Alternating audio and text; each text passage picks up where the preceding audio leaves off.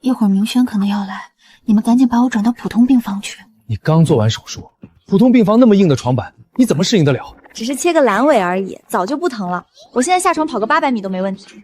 一诺，你跟杨明轩交往1年了，天天吃路边摊，穿地摊货，爸妈看着都心疼。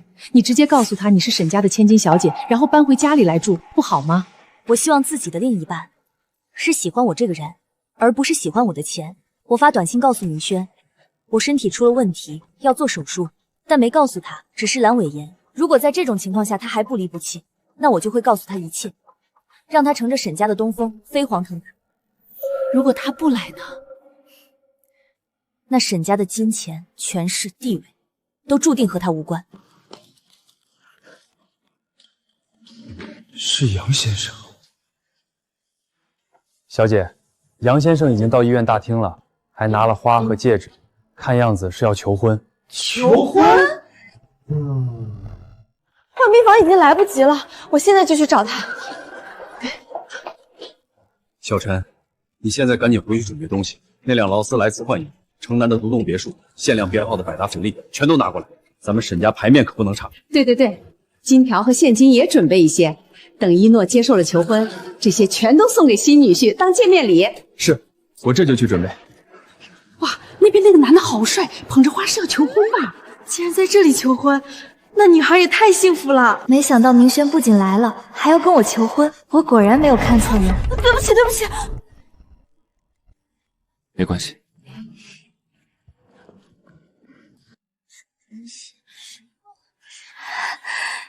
明轩，你愿意嫁给我？从遇见你的第一天起，我就在想，我上辈子一定是拯救了银河系，才能遇到你这么好的人。我没有钱，没有家世，不能给你最想要的生活，但我这颗心从头到尾只装得下你一个人，所以，你愿意嫁给我吗？爸妈，见面礼不用准备了，因为他不配。佳宁，你觉得刚才那段求婚怎么样？挺好的，就是你跪的速度太快了，我差点没接上。那正式的时候我再慢一点。还有，现场一定要布置一下，气球、花瓣、配乐一样都不能少，没有女孩子会拒绝这个的。你们刚才是在彩排？一诺，你怎么来了？哎呀，既然被发现了，那就不用再等了，就现在正式和一诺求婚吧。一诺，你愿意嫁给我吗？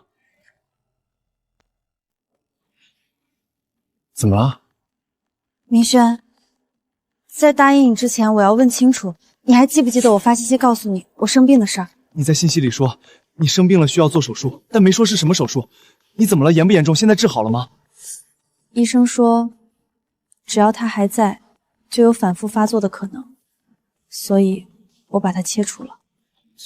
切除？他的意思是，他把子宫切除了。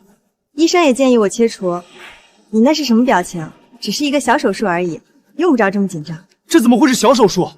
而且你为什么不和我商量一下？我自己的身体，这点小事还是做得了主的吧。一诺，明轩毕竟是你男朋友，你不和他打声招呼就做了手术，我也觉得有些过分了。切除阑尾而已，有这么严重吗？我家3代单传，我爸妈早就说过，儿媳妇过门必须生孩子，而且必须是儿子。沈一诺，像你这种身体有残缺的女人，我父母是不可能接受的。只是切除一个阑尾，他就觉得我身体残缺，因为不符合他父母的标准，他就要否定我们之间的感情。杨明轩，你凭什么这么说我？又有什么资格对我指手画脚？你爱的到底是我这个人，还是我作为女人的生育价值？我觉得这个男的说的对，娶媳妇儿不生孩子，那娶来干嘛？人家可是3代单传，金贵着呢。都什么年代了，还有这种封建余毒？3代单传，传什么？家里的锅碗瓢盆吗？哥们儿，这事儿你怎么看？如果2个人真的互相喜欢，他们一定会排除万难走到一起。所谓的不合适，只是不够爱的借口。没想到哥们儿你不仅长得帅，还是个情种。明轩，你就不要逗一诺了。你们俩婚房和新车都买了，你不娶她还能娶谁呀？什么意思？我刚才说的那些都是我父母的想法，不是我的。如果你不想生或不能生，那我们就不生了。至于孩子，我们完全可以领养一个。一诺，我作为你的男朋友，未来的丈夫，一定会尊重你的一切意愿。明轩，我不知道你竟然是这么想的，我刚才还误会了你，对不起。永远不用对我说对不起，身体是你自己的，当然应该你来做主。我要是连这点都拎不清，还配当你男朋友吗？两人这关系不挺好的吗？一诺刚才为什么在电话里说什么他不配？可能只是误会吧。你赶紧给小陈打电话，让他继续把见面礼送过来。好，快，把东西都放回原位。小陈，东西不用收了，按照原计划送到医院来。是。哎，东西不收了，全都搬到车上去，去给沈家未来的姑爷送见面礼。是。明轩，你是不是忘了什么重要的事儿？怎么了？一诺，有件事我要和你说清楚。什么事？在孩子这件事上，我已经做了退让。那么作为交换，现在的婚房和新车，虽然是我们俩一起付的首付，但我要求房本和车本只能写我一个人的名字。明轩，你明知道为了买那套房和那辆车，我已经花光了全部积蓄。如果给了你，我就一无所有了。婚还没结，就算计得这么清楚。要是真结了婚，还不把我们沈家都吃了？一诺心软，还在给他机会。买房子和买车的那些钱，不过是一诺1个月的零花钱。杨明轩要是真想把这些占为己有，那么一无所有的只会是他。你听我说完，等咱俩结了婚，房和车会就成为夫妻共同财产，里面自然有你的一份。但这2样是贷款买的，上面只有我的名字，还贷就只需要我一个人。一诺，你跟我在一起这1年，吃了太多苦。我不想你婚后也承受这些，我想给你的只有幸福，剩下的一切风险、压力、债务全都留给我就好。你愿意相信我这一次吗？我信你。这是房产权属确认书，签了字，贷款就全归我了。成了，真的成了。现在我杨明轩正式向你的求婚，从今往后，你的一切委屈、难过都由我来替你挡。我这辈子只会爱你一个。只想和你共度余生，我会用我所有的努力给你一个家，给你一辈子的安稳。所以，你愿意嫁给我吗？宋佳宁小姐，当然愿意。明轩，这是怎么回事？还在彩排吗？你还看不出来吗？从一开始，我就是打算向佳宁求婚的，是你突然冒出来，打乱了我的计划。你不知道我在医院吗？你来医院不是为了看我吗？你发的短信明轩根本没有看到，他来医院是因为我怀孕。什么？明轩作为孩子的爸爸陪我来做产检，同时求婚，有问题吗？明轩，他说的是真的吗？你为什么要这么对我？我当初追你就是看你长得漂亮，想玩玩而已。但你太不解风情了，谈了1年都不让碰，没意思。还有你爸妈，2个普通的再普通不过的人，没钱没势没本事，什么忙也帮不上。但佳宁不一样，他爸可是江城排名第1的沈氏集团的部门经理，只要一句话就能把我直接安排进去当主管。主管？对，那可是你一辈子都到达不了的高度。这个混账，竟敢这么欺负我女儿！别急，这是一诺的事情，我相信他自己能解决。这个杨明轩为了一个小小的主管，错失了整个沈氏集团，真是愚不可及。佳宁，你呢？你为什么这么对我？我们不是最好的闺蜜吗？我们不过是大学同学，那时候你勤工俭学，跑腿赚外快，我看你老实好骗，拿你解解闷打发时间而已。闺蜜，真把自己当回事儿了。原来你们都在骗我，那为什么一开始不和我说清楚？我可以退出，不会打扰你们的。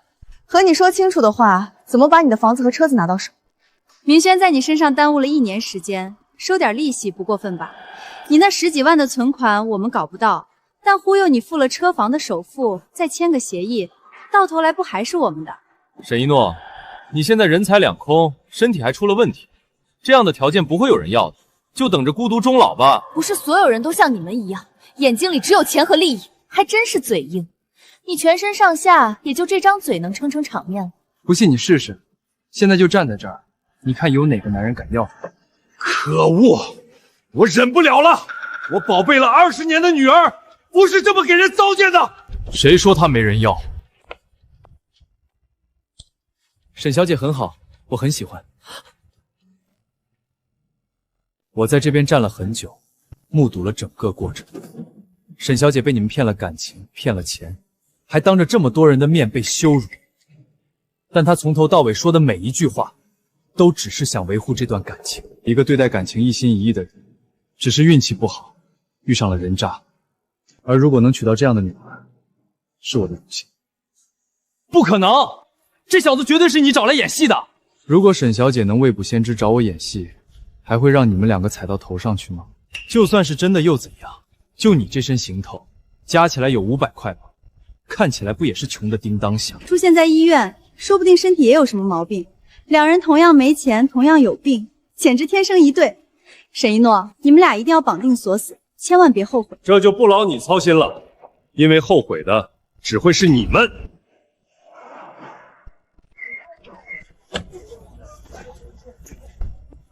跟我进去，给沈家未来的姑爷送礼。是。爸妈，像你这样目光短浅的人，根本配不上我女儿。你根本不知道自己失去的是什么。你们这种人混了一辈子还什么都没混出来的人，就爱说这种大话，自己骗骗自己得了，少来吓唬我。我女儿和你在一起1年，你带她吃路边摊，她觉得那是浪漫；你带她去挤地铁，她觉得那是同甘共苦。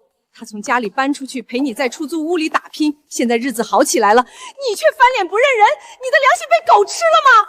一诺做了手术，伤口还没好利索。听说你要求婚，满心欢喜的跑过来，我们做父母的也赶紧找人准备见面礼。结果呢？你真是太让人失望了。就你们这种人，能拿出什么像样的见面礼？沈一诺跟我在一起这1年，买条200块的裙子都得犹豫半天。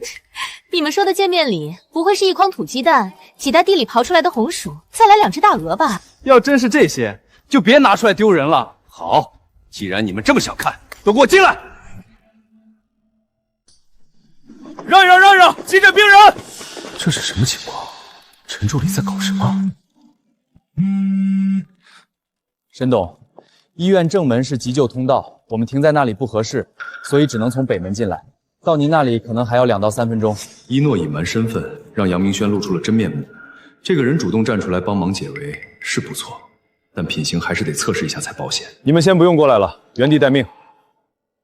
是。人呢？见面礼呢？你刚才喊那一声多威风，我还以为要搬一座金山银山出来，结果呢，什么都没有。搞半天是空着手来的，装什么？哼，谁说我是空着手来的？这就是我准备的见面礼。就这块表又旧又破的，路边摊30块钱一块买的吧？不如问问你的新女婿，愿不愿意要你这破烂？小伙子，这块表你愿意收下吗？我不愿意。原来他和杨明轩一样，都是只看重物质而不在乎感情的人。刚才看他挺身而出，还以为一诺终于遇上了对的人，没想到又是一个看人下菜碟的。看来一诺又要失望了。听见没有？连这个临时拉来的小子都嫌弃你们家。沈一诺，你爸妈拿块破表糊弄人，你的新男朋友当着这么多人的面都不给面子，这下你该知道自己有多可笑了。沈一诺，之前在大学你不是事事压我一头吗？现在呢，前脚被男朋友骗，后脚被路过的男人耍，你都不知道我这心里有多爽。你们都误会了。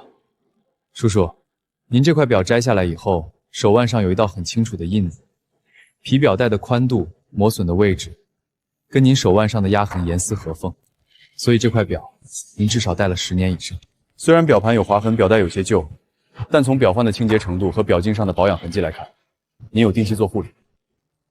这些都说明您很爱惜这块表，这块表对您来说一定意义非凡，所以我才不能收。我不需要什么见面礼，我认为2个人在一起，只要真心就够了。小伙子眼光不错，这块表是我年轻时用赚到的第一笔钱买的，不名贵，但对我来说意义特殊，是他一直鞭策着我自己。我就是个普通的上班族，工作几年攒的钱全部付了房子和车的首付，现在也被杨明轩骗走了。我爸妈也是普通人，帮不上什么忙，我现在等于一无所有。你真的不嫌弃我吗？不嫌弃，如果什么都没有，那我们可以从头再来。其实我也只是个普通人，现在名下没房没车没存款，你愿意为了这样一个男人再吃一遍苦吗？钱只要去赚，总会有的。最难得的是真心。如果一个人真心爱我，就是苦一辈子，我也愿意。两个一无所有的人在这里装什么深情？等你们挤在出租屋里交不起房租的时候，我看你们还能不能说出这种话。沈一诺，等我进了沈氏集团当上主管，飞黄腾达成为人上人的时候，你就知道现在的自己有多可笑了。到时候可别哭着求我回头看你一眼。你进不了沈氏集团。你凭什么这么说？就凭我就是沈氏集团的人。什么？沈氏集团是江城的龙头企业，能在那里工作的不是能力强就是人脉硬。你为什么能进去？难道你有什么特殊身份？沈一诺的沈就是沈氏集团的沈，难道他？不可能，我和沈一诺是4年的大学同学。在学校的时候，他3天2头出去打工，连学费都是自己赚的。他要真是沈氏集团的大小姐，用得着这么辛苦？也对，沈一诺和我在一起时，吃路边摊、挤地铁、住出租屋，哪个有钱人家的千金能受这种罪？我知道了，你是在沈氏集团干保洁的吧？一个打扫厕所的阿姨，在我面前还敢说大话，信不信我当上主管，第一个开除你？我在家可是连家务活都没有干过，在公司也只有别人给我端茶递水的份儿，怎么到他嘴里我就成保洁了？一诺还在隐瞒身份，咱俩要是现在亮底牌，不是拆孩子的台吗？你再忍忍，配合一诺把这场戏演完。行了，你们2个演到这里就差不多了。什么真情实感，说到底不过是你不甘心被我甩，故意演给我看的。我现在要和佳宁去民政局领证，有本事你们也一起去领啊！领就领。沈一诺，你竟然真敢和认识不到半天的人领证，到时候后悔了，可别怪我没提醒过你。我做事从不后悔。那我问你，你对这小子了解多少？他叫什么？家住哪儿？干什么的？你全部知道吧？他冲出来说几句好听话，你就被哄得晕头转向。你这样的人，被我骗也真是活该。杨明轩，你骗我的感情，骗我的钱，现在还像炫耀一样说出来，就不怕天打雷劈吗？那是你一厢情愿，和我有什么关系？你别以为同样结了婚就能压我一头。我在佳宁帮助下是可以进沈氏集团当主管，而你旁边这个，别到最后不仅给不了你1分钱，还要让你和他一起背负几百万的债务。这点你放心，我虽然没有存款，但也绝对没有债务。我相信你。男人说什么你就信什么。沈一诺，你还真是天真。要我说，这样一个长得还不赖的男人，什么都不求还愿意和你领证，指不定有什么不可告人的秘密。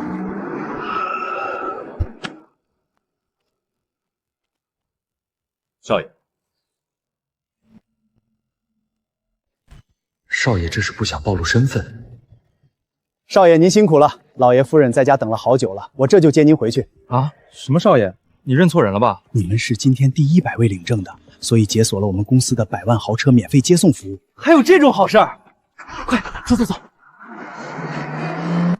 吓我一跳，我还以为那些人是找你的，差点以为你是哪家的大少爷。我就是个普通人，什么少爷不少大爷的，和我没关系。我就说嘛，沈一诺他哪有那么好的命，还能嫁个少爷做富太太？亲爱的，我们走吧，我爸还等着我们回去吃饭呢，正好可以聊一聊给你安排工作的事。好，好，好，我们这就回去。我们也走吧。好。回家不应该走那边吗？我没有说要回家。那去哪儿？离婚。我知道你是个好人，今天能站出来帮我解围，我也很感激。但结婚不是儿戏，我不想连累你就这么稀里糊涂的和我绑在一起。果然助人为乐的结果就是被罚好人卡。好，我尊重你的决定。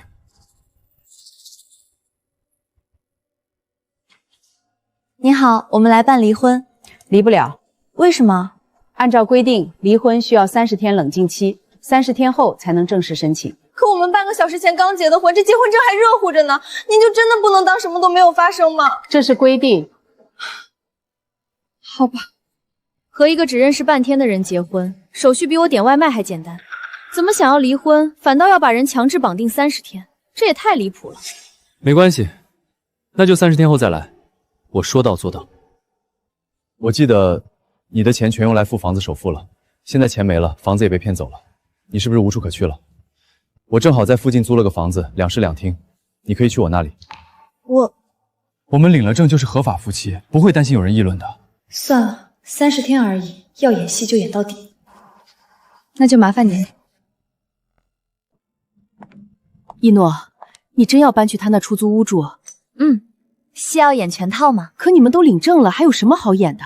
你直接告诉他你是沈家千金，然后在公司给他安排个副总的位置，两人一起搬回来，好好过日子多好。就是，而且我相信自己的眼光。陈宇这孩子可能现在没什么成就，但他踏实、懂事、有担当，是个妥妥的潜力股。他以后必成大事。你们在一起那是绝配。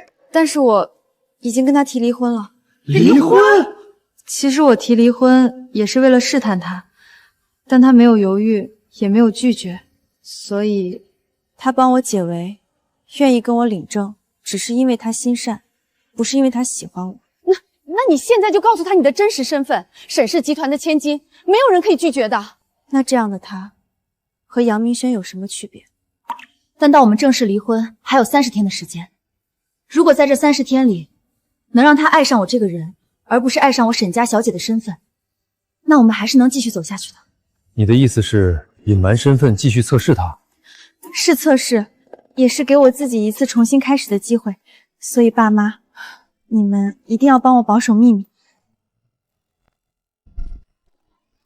陈宇，你可回来了！你刚回国，怎么就往医院跑？就算要视察咱们萧氏的产业，也不差这一时半会儿啊。没什么，我就是随便看看。你在国外待了6年，公司的事儿可以慢慢接手，但终身大事不能再拖，也该提上日程。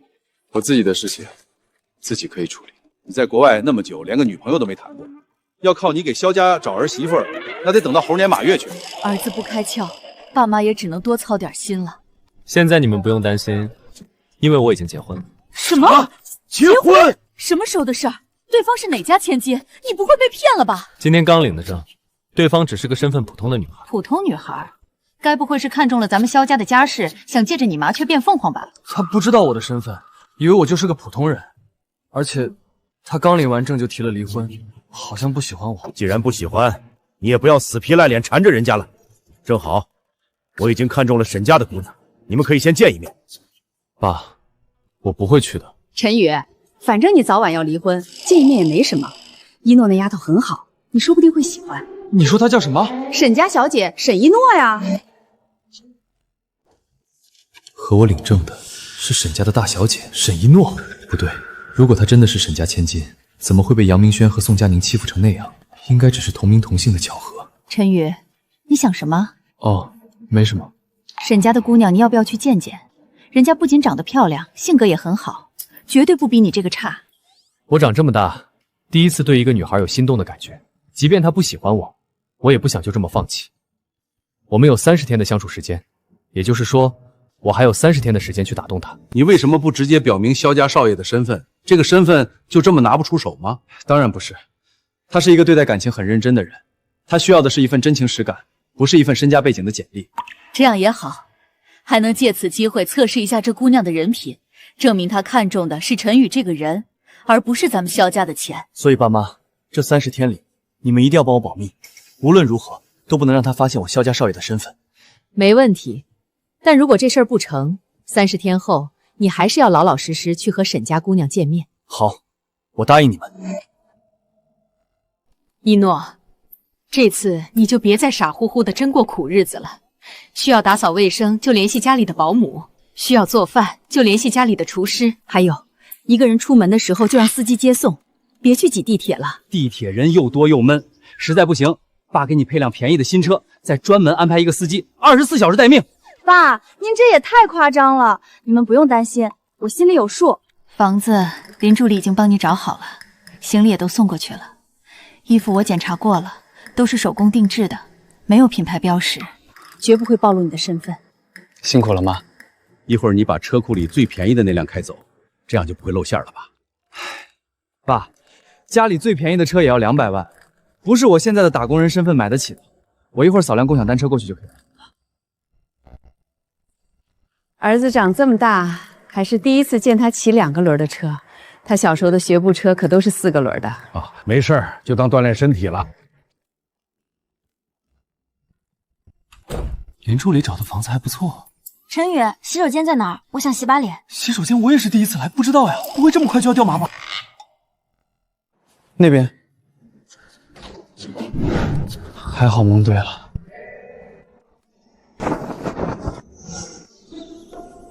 有了。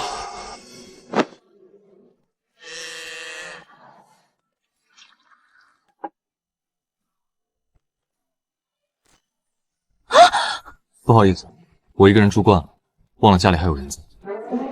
没事儿。我到底在干什么？被他发现我在偷看他，一定会觉得我是个变态吧？那个，我先回房间了。健身房没白跑，这好身材总算有了用武之地。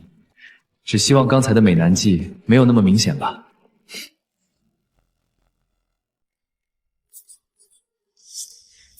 醒啦，快来吃饭吧。这是你做的？对啊，我做的。是有什么问题吗？这个味道怎么跟我爸妈常去的那家私房馆的粥一个味儿？那家店的主厨可是从5星级酒店挖过来的，每一道菜的火候和调味都有独家配方，他能做的这么相似，也太有天赋了。没什么，就是觉得很好吃。对了，你在哪里上班呀？刚辞职，还在找新工作。不管我们之后怎么样，他帮过我是事实，所以我至少也该帮他一次。我今天正好要去一家公司面试，他们家还在招人，待遇不错，发展空间也挺大的。你要不要跟我一起去试试？说不定能成。好呀。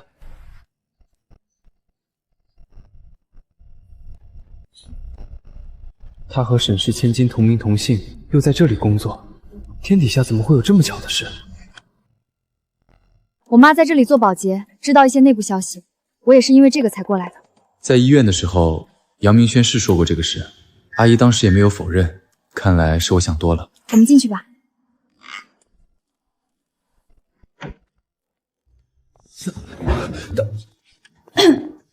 大小姐这是微服私访，不想暴露身份。沈小姐，你的简历非常完美，基础扎实，经验丰富，你身上还有一种非常独特的气质。这种气质我在很多面试者身上都看不到。我觉得你完全符合我们公司的企业文化。要不要这么夸张？孙经理，他简历上写的那家公司上个月不是刚被咱们收了？所以沈小姐，恭喜你被录用了，月薪50万。您就不要开玩笑了，虽然您现在开的薪资只有5000，但我会向50万努力的。沈小姐，您的眼睛怎么了？是不舒服吗？那沈小姐，薪资5000，恭喜您入职沈氏集团。肖先生，你这个履历，说实话，非常之平平无奇。这边的岗位要求可能不是那么刻板。我们沈氏集团非常注重人才的潜力。肖先生虽然履历普通，但你五官硬朗，有招财的面相，气质稳重，更是有大将之才。所以肖先生，你也被录取了。孙经理反应及时，表现不错，加薪加薪。我为了不暴露身份，把简历做得平平无奇，就这样也能被录取。看来江城第一的沈氏集团不过如此。萧氏集团想要吃下沈氏，或许没想象中那么难。你是今天刚入职的同事吧？那个和你一起来的男生你认识吗？我看你们进来时有说有笑的。他是我老公。老公？那你们怎么能在同一家公司上班？不可以吗？因为没有人会爱上同事，尤其是一起工作，而他耽误了自己进度时，恨不得他赶紧离也。真的，爱情和工作放在一起，迟早要疯一个。你这也太夸张了。当然也有例外，比如咱们部门新上任的主管，听说他是空降来的，背后有人。他来了没2天，就把自己老婆也弄进来了，让他当自己的贴身秘书。但没想到他老婆怀着孕，人家挂着秘书的头衔，拿着秘书的工资，该干的活却全丢给我们，他真的太过分了。空降的主管，怀孕的老婆，怎么听起来这么熟悉？这个主管还特别小心眼儿，听姐一句劝，你们俩平时低调点，没事千万别去招惹他们。沈一诺，你怎么在这儿？你怎么也在这儿？联合骗走了我的钱，我还没来得及去找他们算账，他们倒自己送上门来了。而且选哪里不好，偏偏是沈氏集团。那么新账旧账正好一起算。我是通过正规面试进来的，不像有些人吃软饭走后门。可能你对这个流程不太熟悉，要不我给你讲讲什么叫面试。现在的新人都这么勇的吗？刚来第1天就敢当面揭主管的短，太牛了！他做了我一直想做但不敢做的事儿，膜拜膜拜。你走了狗屎运混进沈氏，就敢在这儿大放厥词，也不看看现在你是什么身份，我是什么身份？一个主管，很了不起吗？压你们2个实习生绰绰有余。我不管你们是面试进来的还是爬进来的，现在我以上司的身份命令你们立刻收拾东西走人。发生什么事了？我在教训2个不听话的下属，我觉得他们不适合沈氏集团，正要把他们开除。2位，走吧。孙经理，这是什么意思？沈一诺，你还不知道吧？我爸虽然跟孙经理是平级，但我爸入职比他早整整2年，在沈氏资历就是面子。你一个无权无势的实习生跟我对着干，简直是自取其辱。沈氏集团可是江城第一，内部管理竟然不看能力看人情，一个空降主管靠关系就能为所欲为，中层还要看资历给面子，这样的公司垮掉只是早晚的话。2位别误会，我不是要开除你们，只是要带你们去领一下公共用品。你这是什么意思？我好歹是个部门主管，要开除2个下属，你不但不帮我，还跟我对着干。按照沈氏集团的员工手册第3章第7条，新入职员工在试用期内如需辞退，必须经由直属主管提报，人事部审核，部门总监签字，3方共同确认后方可执行。简单来说就是你没有资格。好啊，沈一诺，你不仅能在大街上随便勾搭个男人结婚，现在还傍上孙经理了是吧？你在胡说八道什么？明轩，你别忘了，沈一诺的妈还在沈氏集团当保洁呢，现在她和她老公也进来了，一大家子就差他爹了。他爸不会也已经靠关系混进来了，在沈氏集团开车当司机吧？沈董现在正在楼上开会，方夫人在办公室里喝茶，怎么到了他们嘴里就成了扫地的保洁和开车的司机了？沈一诺，我还真是小瞧你，但就算你一家都在沈氏集团又如何？依旧是最底层的小卡拉米，我照样能让你们在沈氏待不下去。杨明轩，你给我住嘴！既然是走后门进来的，就给我低调些，等把事情闹大，谁也保不住你。孙经理，事到如今你还在替沈一诺说话呢，那我也就不客气了。爸，你快点过来，有人联合孙经理一起欺负我。是谁欺负我女儿？孙经理，我进沈氏的时候，你还在下面分公司跑业务吧？怎么，现在做到经理的位置，都敢给我脸色看了？宝贝女儿，谁欺负你了？告诉爸，爸一定饶不了他。就是他。你是谁？我很少来公司，以他的级别不认识我很正常。孙经理也是偶然去我爸办公室时碰到我，才能认出我身份的。爸，这是大学时一直跟在我屁股后面的沈一诺，后来还纠缠明轩整整1年，死乞白赖要跟明轩在一起，现在被甩了还不死心，带着她老公追到公司来了。原来是纠缠我女婿的烂桃花，你这种女人我见多了，没本事没背景，就想着通过死缠烂打来达到目的，简直做梦。刚才的会议纪要整理出来后，发我一份。是，沈董，还有件事，小姐和肖先生来公司了。一诺来公司做什么？难道他想通了，终于决定接手公司了？小姐隐瞒了身份，和肖先生从最普通的实习生做起。他在外面吃苦，我帮不上忙，可到了自家公司，绝不能受一点委屈。我要去看看。我和你一起去。作为一个父亲，你欺负我的女儿，我绝不会袖手旁观。作为你的上司，你扰乱公司风气，我也绝不能轻饶。说吧，你是自己离开，还是要我叫保安把你赶走？哼，还真是不是一家人不进一家门。你现在装出一副义正言辞的样子，当初你女儿背着一诺和她男朋友搞到一起，2人又联手骗走她钱的时候，你怎么不出来主持公道？你算什么东西？一个刚入职的实习生，也敢在我面前大声说话？信不信我一句话就能让你立刻卷铺盖走人？以后在江城也会被全行业封杀。哦，我很想看看你到底有没有这么大本事。爸，您别跟他废话，他和沈一诺是一伙的，还有沈一诺的爸妈也在这里工作，一个是保洁，一个是司机，一家人都是混进来的蛀虫。哼，一群小虾米，就算凑到一起也掀不起什么大浪。我今天就把话撂着，你们沈家的人有一个算一个，统统开除。宋山，听说你要开除我？董事长，董事长，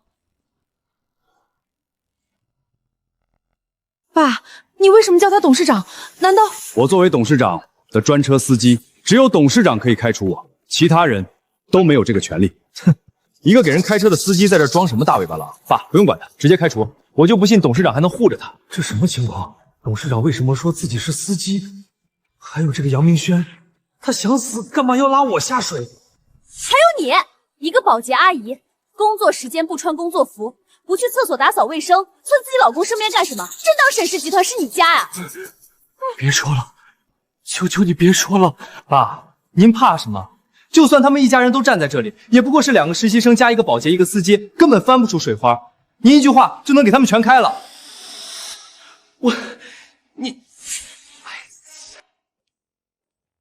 各位，我来替董事长传几句话。这下完了。杨明轩滥用主管职权，违规招聘亲属担任其个人秘书，严重违反公司管理制度。同时，在未被授权的情况下，擅自以公司名义对员工进行开除威胁，严重扰乱公司正常工作秩序。基于以上事实，公司决定即刻解除杨明轩与沈氏集团的劳动合同。什么？我被开除了？凭什么？宋佳宁以秘书身份入职，但并未实际履行任何秘书工作职责，其岗位系杨明轩违规私自增车，所以公司决定即刻解除宋佳宁与沈氏集团的劳动合同。爸，你快跟他们说说啊！你是公司老员工了，不能让他们这么对我们。我不用找他，因为他很快也帮不到你。你什么意思？宋山入职15年，在职期间多次利用职务之便违规安排亲属入职，对部门管理造成严重负面影响。经董事会研究决定，即刻解除宋山与沈氏集团的劳动合同。还以为爸不知道他们的恶行，没想到是等着一起算总账呢，真是解气。不行，宋山和孙经理都在，再待下去，身份肯定要暴露。哎呀，这么快就到吃饭的时间了，爸妈，咱们赶紧去吃饭吧。陈宇，我们一起。完了，这下全完了。爸，到底怎么回事？你在沈氏干了15年，都混到经理的位置了，不就骂了2个实习生，这就被开除了？不是因为这个，那是因为什么？总不能是因为你骂了那个司机和保洁吧？你懂什么？他们哪是什么司机和保洁，那是沈氏集团的董事长和董事长夫人。怎么可能？他们是董事长和董事长夫人，那沈一诺岂不就是？她就是沈家大小姐，沈氏集团的唯一继承人。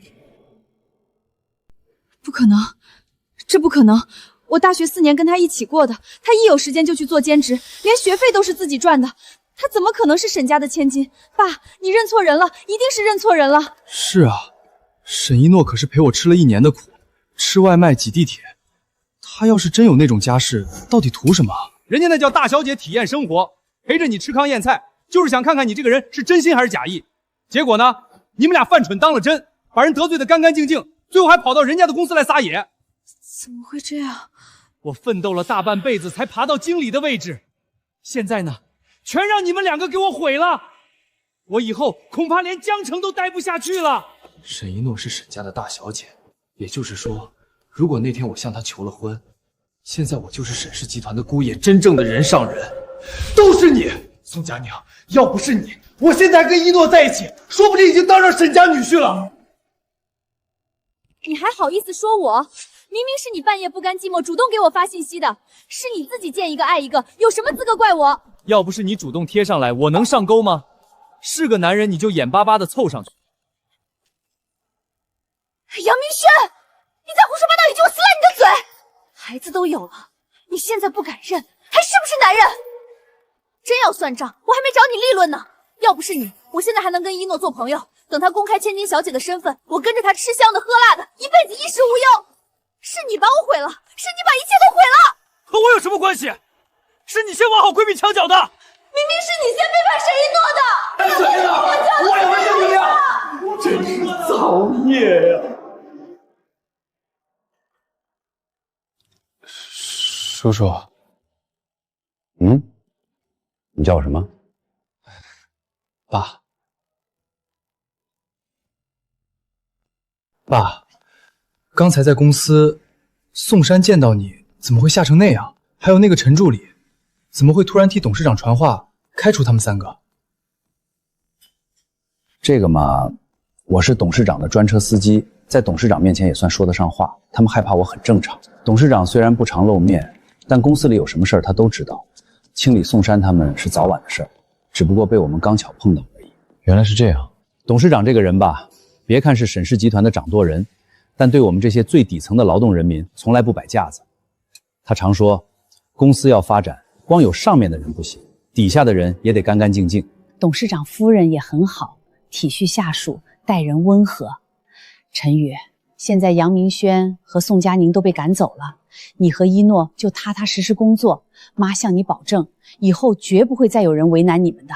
他们2个夸起自己来，真是脸不红心不跳的。为了在陈宇面前刷好感，真的好努力。我之前还觉得沈氏集团内部管理混乱，垮掉是早晚的事。现在看，原来沈董事长一直在暗中盯着，不动声色地清理住处。是我小看他们。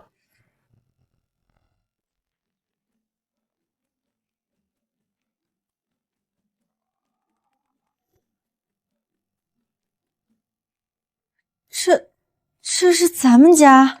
好像长得有点不一样。妈，一诺，看到了吧？妈让人过去把你们那个小房子收拾了一下。你从小就没做过家务，跟人家合租哪能指望你会收拾？妈专门找了专业的软装团队，从下午忙到天黑才弄完呢。可这有点太夸张了吧？什么夸张？这叫氛围感。妈还亲自挑了好多摆件让人带过去，添点家的味道。在这样的氛围下，你们2个每天抬头不见低头见的，感情不就自然而然的升温啦？妈，怎么了？陈宇，之前林助理找房子找的仓促，里面没来得及好好布置，妈今天就找人过去重新改装了一下。怎么样？是不是好了很多？您怎么不提前和我商量一下？这点小事有什么好商量的？再说了，环境好一点，你们2个待在一起，心情就好。哦，心情好了，感情就能升温。妈这是在给你助攻。这房间应该是房东打扫的，人很好，还是个业余设计师，可能最近有空就重新布置了一下。这么烂的借口，他能相信吗？哦，是这样啊，郑愁不知道怎么解释，他能自己想通，真是太好了。这花不是我妈最爱的那种吗？这个季节国内根本种不出来，只能穿越半个地球空运过来，一只就要4位数。这样的花，怎么可能出现在我这个普通打工人的房里？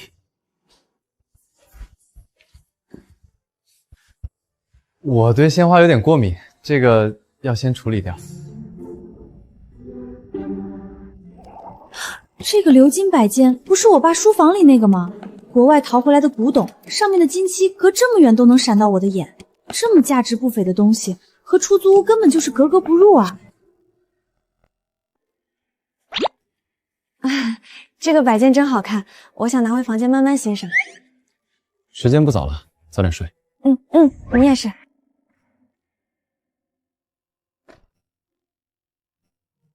这不是肖董吗？这么巧，沈董，咱俩可有阵子没见了。刚忙完？是啊，刚开了一下午的会，想出来放松一下，透透气。正好，我知道附近有家不错的茶室，咱们上去歇歇脚。好啊，正好跟你聊聊，好久没坐下来说说话了。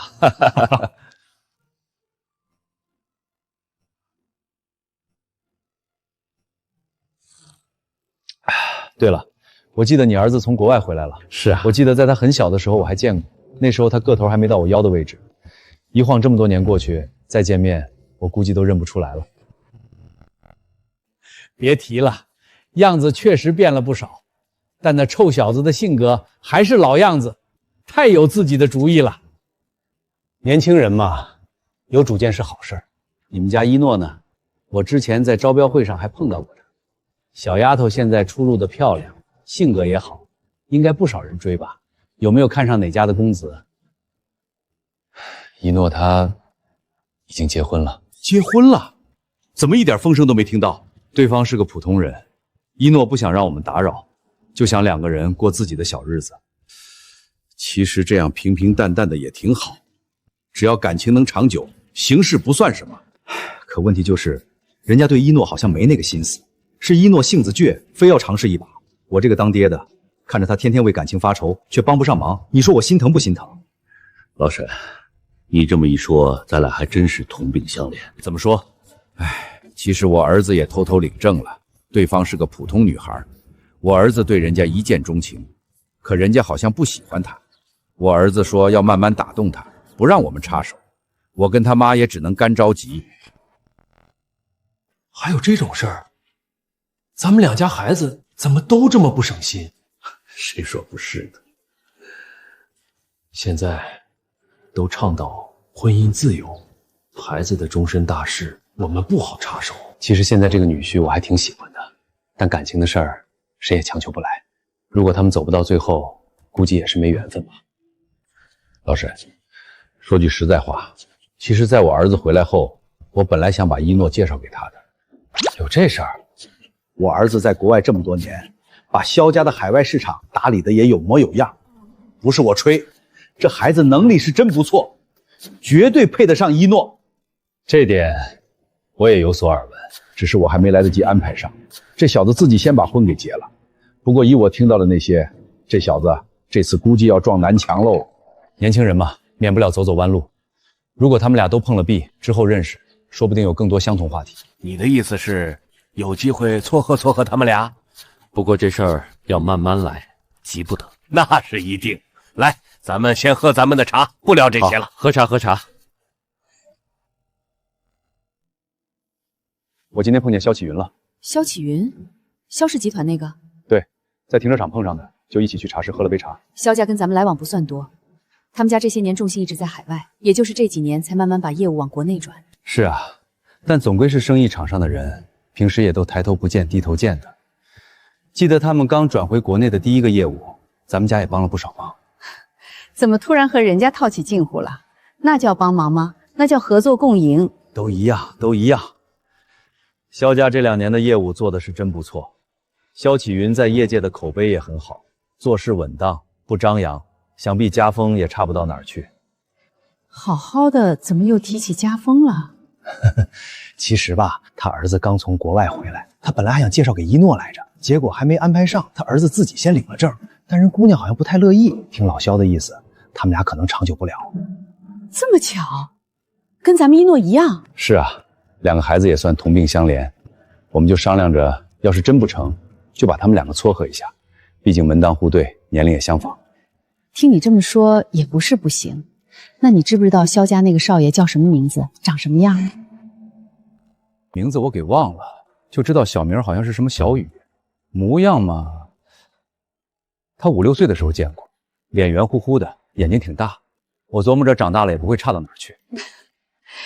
你呀，这心还真是大。毕竟8字没1撇的事儿，与其我们问东问西，不如先让孩子们找个机会正式认识一下，相处相处。说的也是。不过一诺这段感情要是真的走不下去，他不会心灰意冷吧？到时候咱们又该怎么跟他开这个口？慢慢来吧。他不是说要等着30天的离婚冷静期过去吗？现在也都过去快1半了。那就先走一步看一步吧。你这是又去茶室了？对，碰到了沈氏集团的沈建海，就聊了会儿天儿。那你有没有提一诺的事儿？咱们之前不是还要把他介绍给陈宇吗？人家结婚了啊？看来是陈宇那小子没福气。不过他和陈宇的情况差不多，都是一头热，单相思。一诺那姑娘，要模样有模样，要家世有家世，还会有男人不喜欢她？那人谁呀？眼光这么高？没细问，听说就是一普通人。不过老沈说了，要是一诺这段感情告推，可以让他和陈宇见见面。真的？那太好了！我本来还担心沈家看不上咱们，没想到人家也愿意。萧家的主体业务在海外，国内就显得有些疲弱了。但真论起来，咱们不比沈家差，而且老沈眼光那么毒，他不会看不出来。不管怎么说，这都是件好事，我得赶紧告诉陈宇。等一下，怎么了？你忘了，陈宇现在还一门心思要感化那个和他领了证的姑娘呢。我一激动，倒把这事儿忘了。说起来，陈宇把那姑娘夸得天花乱坠，说什么性格好、人善良、对感情认真。可我们老两口到现在连人家叫什么名字、长什么样子都不知道。估计是怕咱们去打扰人家。再说了，陈宇不是要隐瞒身份吗？咱们出现了，保不准会露馅儿。两人能不能走到最后还不一定，先随他去吧。等这什么离婚冷静期结束了，再提他和一诺见面的事儿。对，我也是这个打算。以后找到机会再说，先等一等。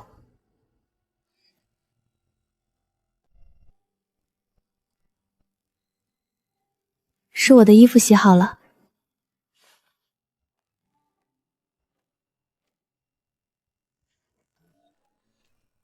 妈非要往我行李箱里塞什么真丝睡衣，说穿着舒服对皮肤好，可我忘了这东西根本不能水洗，还不如我那几10块钱的纯棉睡衣呢。怎么了？没事啊。如果让他看出我这是真丝睡衣，一定会怀疑我的身份。可如果他觉得这是普通睡衣，还被我洗坏了，肯定也会觉得我笨。所以还是什么都不要让他知道好了。他这是衣服破了，一诺平时节俭惯了，连衣服都舍不得买质量好的，这才一洗就破。不过这倒是我表现的好机会。下午我们一起去逛街吧，看看有没有什么需要买的东西。逛街？逛街不就是优惠吗？这可是我增进我们感情的好机会。好，那我去换身衣服，咱们一会儿就出发。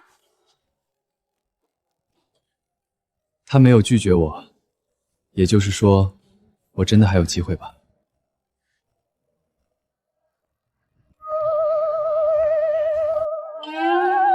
我主动牵他的手，会不会意图太明显了？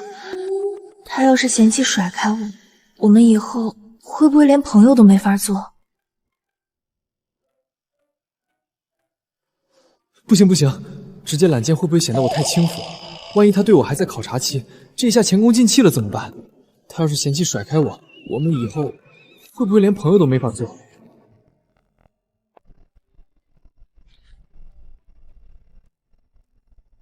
一诺，我得去接个电话。好，你去吧，我在这里等你。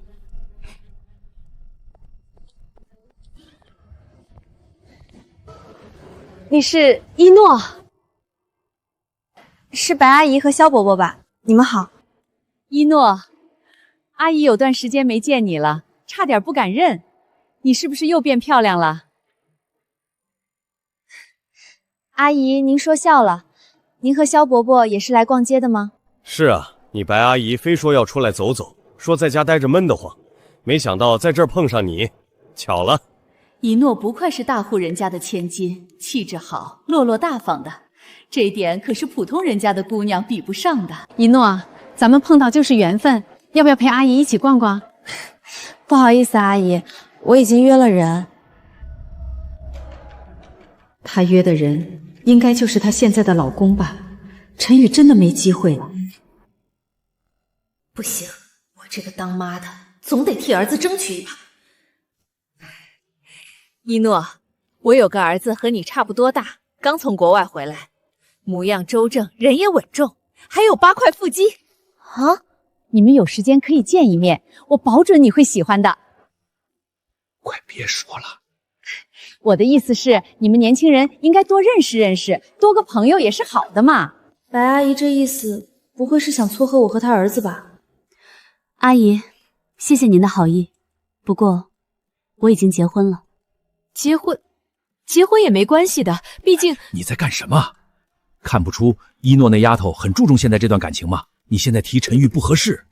可是错过这么好的姑娘，我都替陈宇可惜。那就是没有缘分，是咱们儿子没福气。那2个人怎么看着这么熟悉？我刚才看到有人和你说话。2个偶然碰到的长辈说了几句话后，他们就走了。看身形我还以为是我爸妈，但他怎么会认识他们呢？应该是我认错了。我们继续逛吧。爸，您找我有什么事儿？我得快点回去，出来太久，陈宇该起疑了。3天后，江城会举办一场慈善晚宴，到时候我们会带你一起去。爸，我现在还在隐瞒身份，去这种场合不合适吧？一诺，沈氏集团早晚要交到你手上，你将来总要面对这些人。现在正好借着晚宴的机会，让你先熟悉一下圈子里的人脉，对你没有坏处。可是，一诺，你和陈宇的离婚冷静期只剩下最后1周了。不管这段婚姻能不能继续下去，1周后你还是要恢复沈家大小姐的身份。一诺，你是我女儿，有些话我不说，心里也过不去。你跟陈宇相处这么久，应该看得出他不是那种贪图富贵的人。他和杨明轩不一样，他不是那种人。所以你说你喜欢他，但你如果真的很在乎这段感情，就不该有欺骗。你瞒着他身份，他如果知道了，心里会怎么想？是高兴自己攀上了大树，还是埋怨你的不信任？一诺，如果你们2个真想走下去，坦白迟早要来，拖得越久越难开口。爸，慈善晚宴我会去的。好，你想明白就好。等宴会结束，回到家里，我就把所有事情都告诉陈宇，然后向他表明我的心意。他要是听了之后还愿意跟我在一起，那最好；他要是不愿意，那我也接受这个结果。到时候如果觉得难过，就回家，我和你妈会一直在家等着你。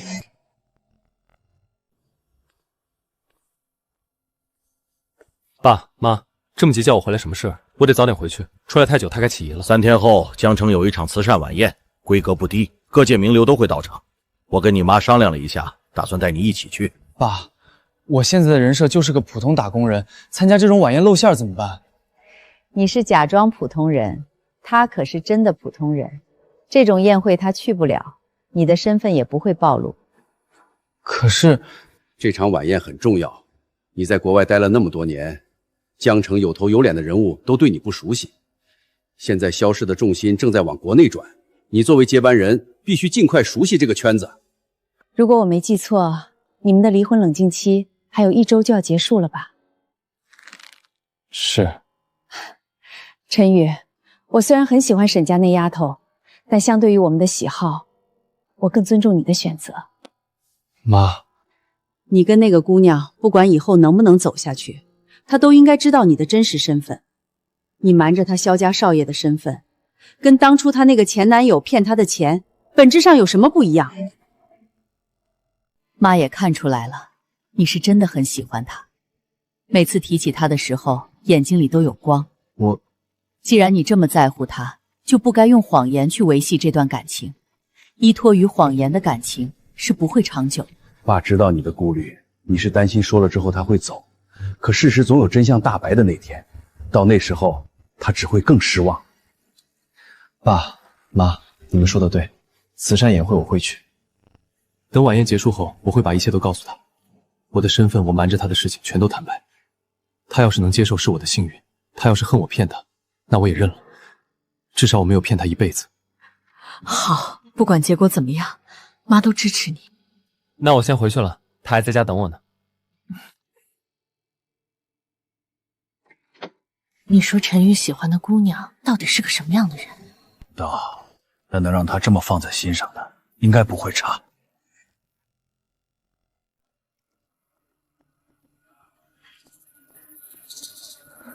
明轩，我们这样混进来真的没问题吗？万一被抓到……你小点声，被听到就真完了。沈一诺一直在躲着我，电话不接，短信不回。我去他住的小区门口蹲了3天，连个人影都没见着。这里是唯一能见到他的机会了，我们必须找到他。只有让他松嘴，我们才能在江城继续待下去。可是我们之前那么对他，他真的会原谅我们吗？明轩，要不我们还是算了吧。算了，你知道我为了弄到这张邀请函花了多少钱吗？我把房子卖了，车也卖了，全部积蓄都砸进去了。你现在跟我说算了？佳宁，沈一诺是什么人我最了解了，他这个人最看重的就是感情。我跟他在一起整整1年，他对我掏心掏肺。我不信我和他1年的感情比不过那个他才认识几天的小子。大学时就因为我主动和他说话，他就一直对我很好。这不就对了？那个萧晨宇算什么东西？没权没势，工作还要靠沈一诺的关系才能混进去，他连我都不如。只要我在沈一诺面前添油加醋的说一番，他一定会一脚把那个男人踹开。那万一萧晨宇也有什么隐藏的身份呢？哪来那么多少爷小姐？一个两个都吃饱了撑的隐瞒身份，自讨苦吃。哼！而且我杨明轩还能那么倒霉，少爷小姐全让我碰上了。可我这心里还是觉得不踏实。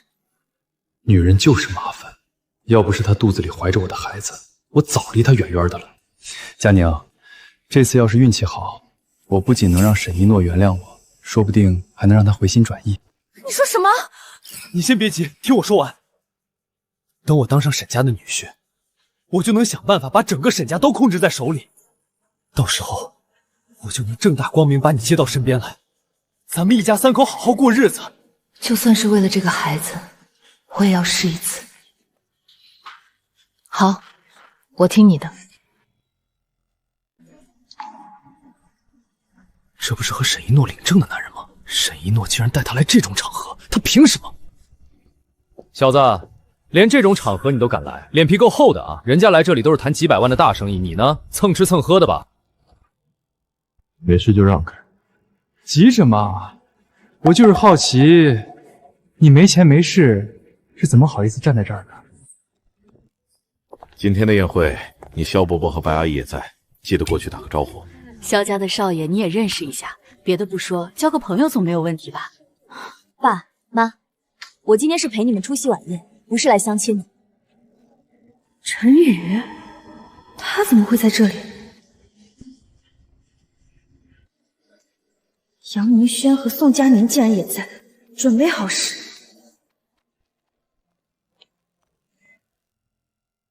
这种场合也不知道租个好点的衣服，连个 logo 都没有，9块9的地摊货吧。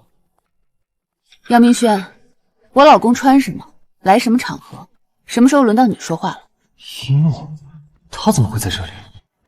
一诺，你终于来了！之前的事儿是我对不起你，你给我一个机会，我可以解释的。解释什么？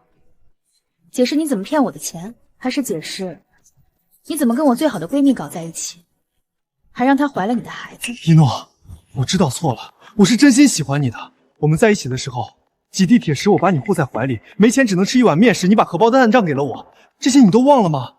他呢？他有什么好？一个没权没势的小子，根本配不上你。他配不上我，你就配得上？一诺，可是沈氏集团千金小姐，她和你结婚肯定是奔着你的钱来的，你千万别被她骗了。你是沈氏千金？陈宇，对不起，是我骗了你。其实我父亲是沈氏集团的董事长，我是沈氏集团的继承人，沈家的大小姐。臭小子，听见了没有？一诺可是沈氏集团的千金大小姐，你连件像样的衣服都租不起，拿什么配她？识相的就赶紧走，别在这丢人现眼。就是，也不看看自己什么身份，跟一诺站在一起，你不觉得害臊吗？一诺，好巧啊，我们又见面了。一诺，你已经跟我儿子认识了，那太好了。儿子？陈宇刚回国没多久，你们年纪差不多，应该有很多共同话题，正好趁此机会多熟悉熟悉。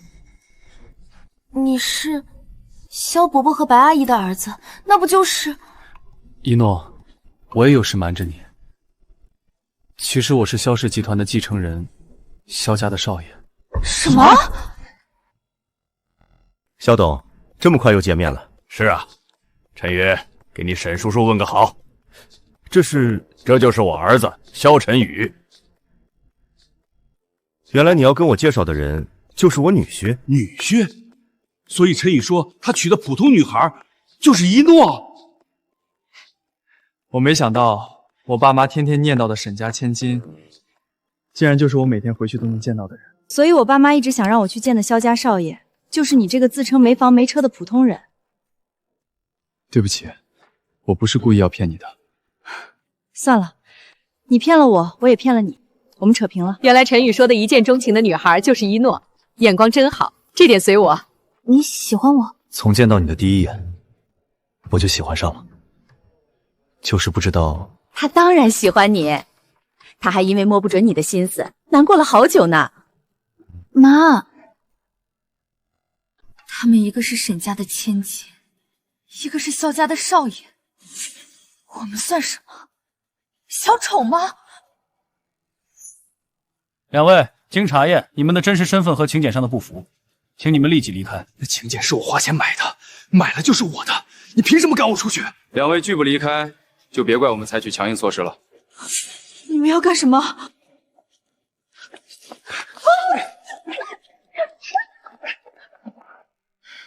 陈宇，我不管你是少爷还是普通人，我喜欢的只有你。你在医院帮我解围，你在公司替我说话，你给我煮姜茶，陪我逛街，我喜欢的从头到尾都是你，跟你的身份没有关系。